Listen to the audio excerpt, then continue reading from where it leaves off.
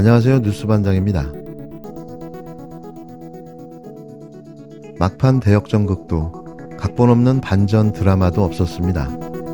현지 시간 28일 프랑스 파리에서 진행된 제173차 국제박람회기구 BI 총회에서 2030 세계박람회 개최지 결정 투표 결과 사우디 리야드가 최종 선정됐는데요. 총회 직전까지만 해도 박빙 승부를 펼치고 있다는 분석도 나왔지만 막상 뚜껑을 열고 보니 90표라는 큰 표 차이가 나자 곳곳에서 허무하다는 탄식만 터져나왔습니다. 이로써 엑스포를 핑계로 세계 여행을 다니던 윤석열과 김건희 두 부부는 이제는 당분간 덜 나댈 듯 싶은데요. 사실 이런 결과는 이미 곳곳에서 감지되었습니다. 엑스포 유치라고 벌인 혈세 낭비, 해외 외유가 그저 한심할 뿐인 거죠. 또 어떤 핑계와 변명을 해댈까요? 이번엔 또 누구 탓을 할까요? 다시 전 정부 씨가 소환되는 것만 남았습니다. 이재명 더불어민주당 대표는 28일 내년 총선에서 일당을 놓치거나 과반을 확보하지 못하면 지금 정부 여당의 폭주를 막을 수 없게 될 것이라며 이상과 현실 중 현실을 택해야 하는 상황이라고 말했습니다. 이는 최근 당 안팎에서 제1당 자리를 지키기 위해 병립형 선거제 회기가 불가피하다는 목소리가 나오는 상황에서 이 대표 역시 이에 조심스레 같은 생각을 하고 있다는 뜻을 내비친 건데요. 이건 리더라면 당연한 선택일 수밖에 없습니다. 이 대표는 28일 오후 서울 구로구의 한 요양병원을 방문한 뒤 유튜브 라이브 방송을 켜고 당내의 다양한 논쟁들에 대한 자신의 생각을 밝혔는데요. 지금 정치 상황도 좀 그런 것 같아요. 정상적인 정치가 작동하는 사회라면 우리도 상식과 보편적인 국민 정서 이런 것들을 고려해서 적정한 타협, 대화 이런 게 가능하겠죠. 근데 현실적으로 거의 불가능하지 않습니까? 이럴 때는 만약에 내년 총선에서 우리가 일당을 놓치거나 또는 과반을 확보하지 못하거나 이런 상황이 발생하면 지금 이제 국회라고 하는 공간에서 저희가 어느 정도 막고 있긴 한데 국회까지 지금 집권 여당에 넘어가면 지금 이 폭주 과거로의 퇴행, 역주행을 막을 길이 없지 않습니까? 지금 말이나 상식이 통하지 않는 사회가 됐어요. 그래서 현실의 엄혹함이라고 하는 게 무시할 수 없는 상황이죠. 심각하지 않습니까?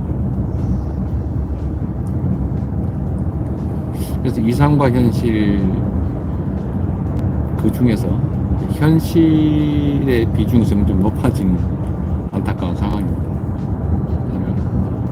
더 나은 세상을 만들기 위한 노력, 당연히 우리가 최선을 다하지만 더 나쁜 세상이 되지 않게 막는 거, 이것도 아주 중요한 과제가 됐어요.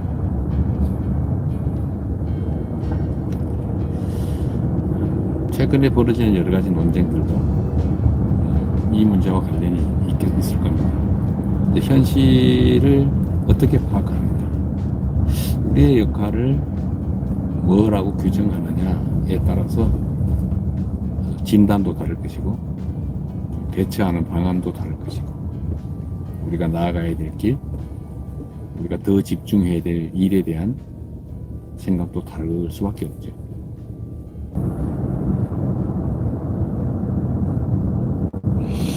JJ님이 이기는 선거 할 수 있는 방법으로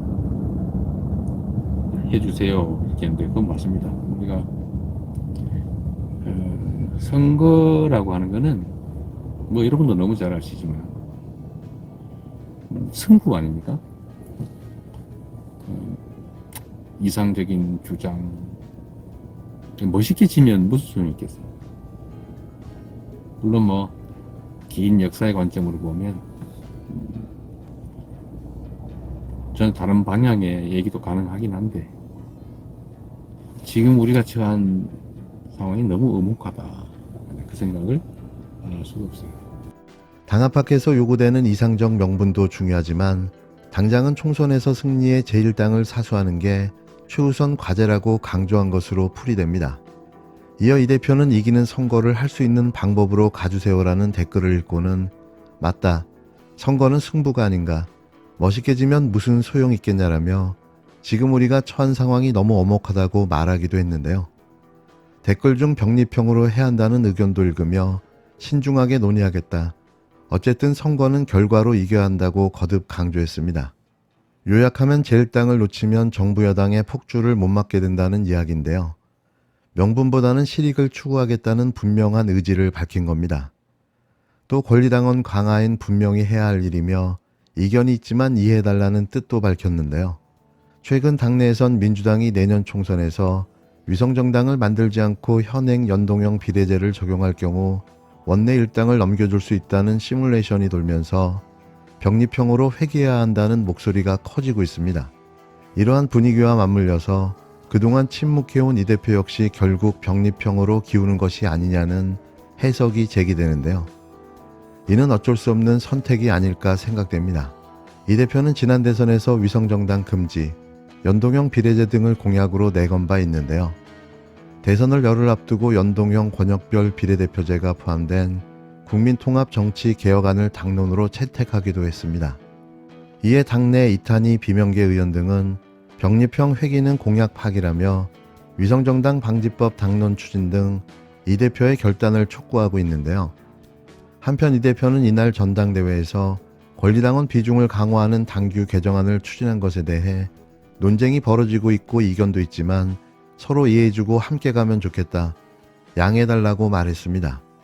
이 대표는 지난 전당대회에서 당내 민주주의를 위해 당원 중심의 정당을 약속했는데 성과를 못 냈던 게 사실이라면서 당내 통합의 문제도 있고 당 반발도 심해서 쉽게 결정을 못했는데 분명히 해야 할 일이라고 강조했는데요. 민주당은 오는 12월 7일 중앙위원회를 열고 전당대회에서 권리당원과 대의원을 70% 비중으로 하되 비중 차이를 20대 1 미만으로 한다는 내용의 당규 개정안에 대한 결론을 낼 예정입니다. 그간 친명계 의원들과 강성 지지층 사이에서 권리당원 60표가 대의원 1표에 해당하는 차이를 줄여야 한다는 문제가 제기되어 왔는데요. 이에 비명계는 개딸 팬덤 정치의 수혜를 누리고 있는 이 대표가 권리당원 권한을 강화해 사당화 작업에 들어갔다며 거세게 반발하고 있습니다.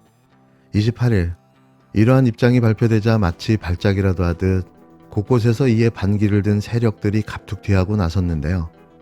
그 대표적인 주자가 바로 이낙연 씨였습니다. 이분은 정말 꾸준한데요. 역사의 대역죄인이 왜 매번 이러는 걸까요?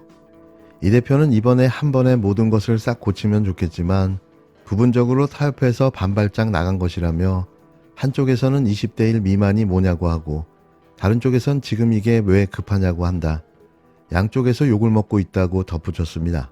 그러면서 아마 내년에 가면 전당대회를 앞두고 왜 손대냐고 할 것이라며 왜 지금이냐는 사실은 적절한 논거는 아닐 것 같다고 주장했는데요. 이어 전당대회 가까이서는 이해관계가 충돌하는데 그때 규칙을 바꿀 수 있겠냐고 말했습니다. 저는 이게 진짜 리더라고 생각합니다. 정치는 현실이죠. 명분상 비난받더라도 승리로 이끄는 리더가 진짜 책임감 있는 리더가 아닌가 생각해 보는데요. 저는 이런 뚝심 있는 모습으로 흔들림 없이 앞으로 나갔으면 합니다. 어디서나 개혁은 힘들 수밖에 없습니다.